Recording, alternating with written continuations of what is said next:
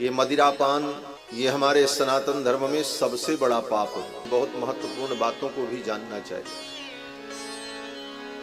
पापों का जहां पर वर्णन है शास्त्र में, सब पाप एक बराबर नहीं होते, छोटे बड़े होते, और छोटे से लेकर बड़े तक पाप, उन पापों का वर्णन जो किया गया है, उन पापों में सबसे बड़ा पाप जो होता है उसको महापाप कहते हैं। उससे बड़ा कोई पाप होता ही नहीं। और महापाप जो है वो 5 हैं। 5 महापाप, पंच महापाप। और 5 महापापों में एक पाप है ब्रह्म हत्या, और दूसरा महापाप है सुरापान, शराब पीना, और तीसरा महापाप है स्वर्णस्तेय, स्वर्ण की चोरी करना। सोना की चोरी करने वाला व्यक्ति महापापी होता है। स्वर्ण की चोरी करने वाला व्यक्ति महापाप करता है और फिर नरक भोगता है, और संसार में जब जन्म लेता है तो कुष्ठ रोग से युक्त होता है। स्वर्णस्तेयी कुनखी, उसके नख गलित हो जाते हैं। यह चिन्ह है कि इसने महापाप किया था, स्वर्णस्तेय किया था।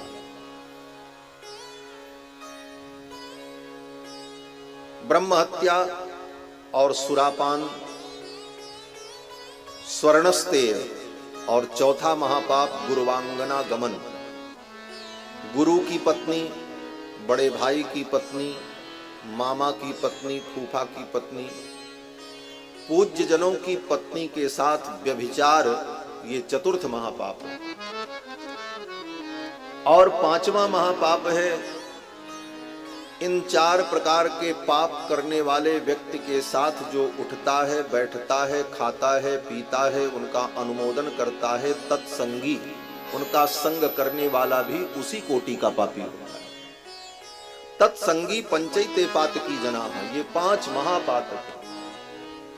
शराब पीना लोग समझते हैं ऐसे ही है, पानी है, पी लो। मैं व्यासपीठ से कह रहा हूं, गौ हत्या से बड़ा पाप है शराब पीना। गौ हत्या से और गौ मांस भक्षण से बड़ा पाप माना गया है शराब पान, सुरापान। बंधुओं, ये 5 महापाप,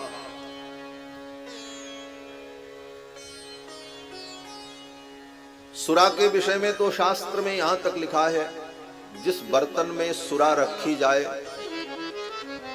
उस बर्तन को खाली हो जाने के बाद आप गंगा में फेंक दो, और 12 वर्ष तक वो गंगा में पात्र पड़ा रहे, लेकिन वो पात्र शुद्ध नहीं माना जाता।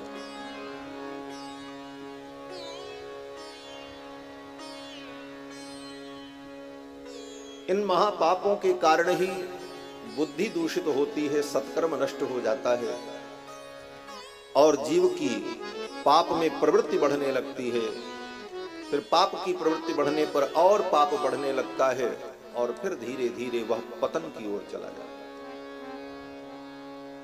महाराज अंग बड़े धर्मात्मा थे। इनका बेटा बेन, इसका नाम बेन था, सारे पाप करता था। अपने बेटे के दुराचरण से महाराज अंग बहुत दुखी हो गए। बड़े धर्मात्मा थे, और इतने दुखी हुए कि अर्धरात्रि में बिना किसी को बताए, मंत्रियों को सूचित भी नहीं किया, राज्य की भी चिंता नहीं की, अर्धरात्रि में सब कुछ छोड़कर कहीं चले गए। यह एक अंतिम मार्ग होता है। पहले प्रयास करना चाहिए कि किसी को सत्पथ पर हम लगाएं, परिस्थितियों को सुधारें, और सब करने पर भी परिस्थिति अगर नहीं सुधरती है तो एक ही उपाय है, सर्वम त्यक्त्वा हरिम भजे। सब कुछ छोड़ दो, क्यों बुद्धि लगाओ। महाराज अंग सब कुछ छोड़ करके चल पड़े। चले तो उन्होंने एक अच्छी बात कही, प्रसन्नता से चले, दुख से नहीं। प्रसन्नता किस बात की थी? महाराज अंग ने प्रसन्न होकर के कहा, चलो जो हुआ अच्छा ही हुआ। क्या अच्छा हुआ इसमें? बेटा नालायक हो गया, राजपाट छोड़ करके जाना पड़ रहा है, इसमें अच्छा क्या हुआ? तो महाराज अंग कहते हैं कि कदपत्यम वरम मन्ये सदपत्याच्छुचां पदात् निर्विद्येत गृहान मर्त्यो यक्लेश निवाहा गृहाः।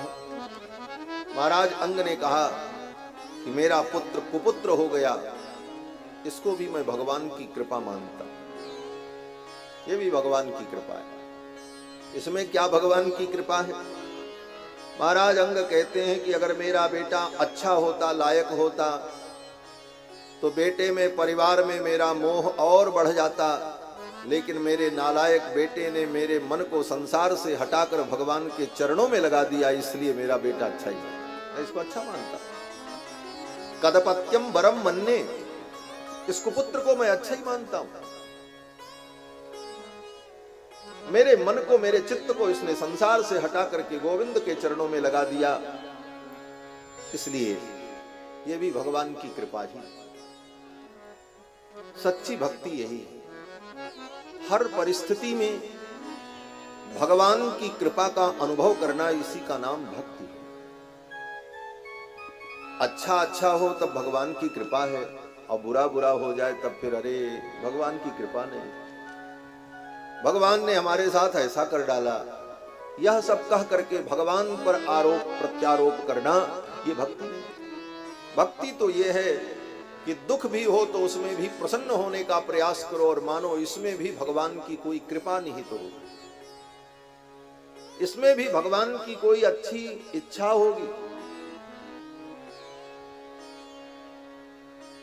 कदपत्यम वरम मन्ये, महाराज अंग कहते मेरा बेटा नालायक हो गया, अच्छा ही हुआ, मेरा मन भगवान में लग गया।